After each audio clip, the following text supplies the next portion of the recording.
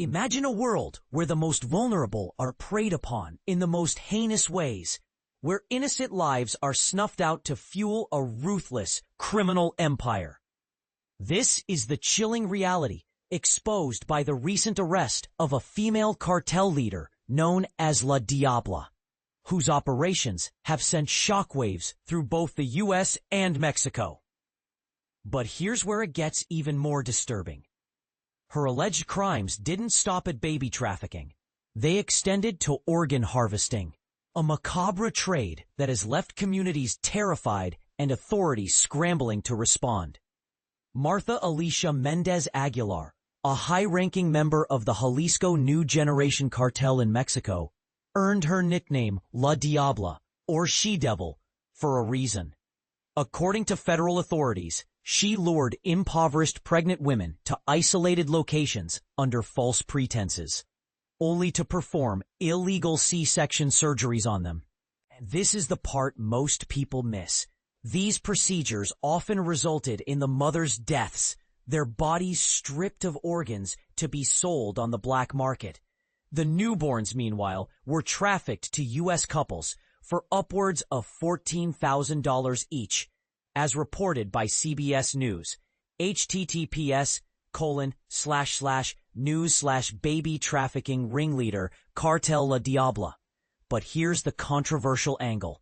While many view this as a clear-cut case of evil, some argue that the desperation driving these women to trust La Diabla highlights deeper systemic failures in both Mexico and the U.S.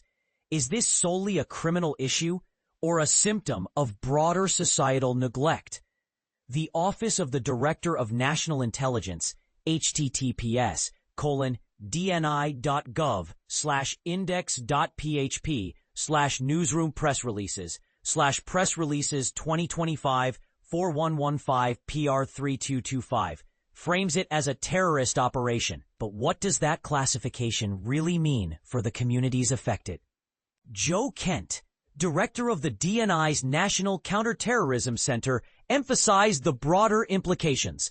This is a stark example of how cartels diversify their revenue streams to fund their operations. His team, alongside other U.S. agencies, provided the intelligence that led to Mendez Aguilar's capture on September 2nd in Juarez, just across the border from El Paso. The lives of innocent women and children depended on this arrest, Kent added, underscoring the urgency of the mission.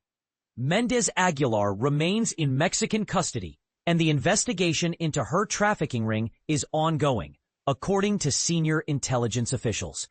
But here's the bigger question. Will her arrest dismantle the network, or is this just the tip of a far more sinister iceberg? Since President Trump's executive order in January designated cartels as foreign terrorist organizations, FTOs, a classification typically reserved for groups like Al-Qaeda, U.S. authorities have ramped up efforts to combat cross-border criminal activity.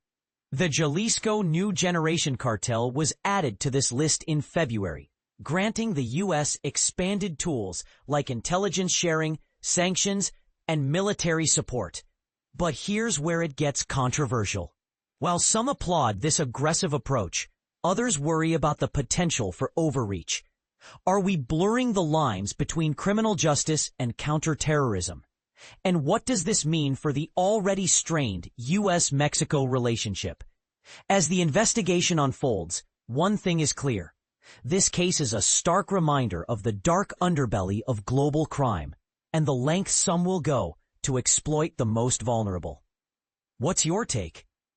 Is this a necessary crackdown or a slippery slope? Let's hear your thoughts in the comments.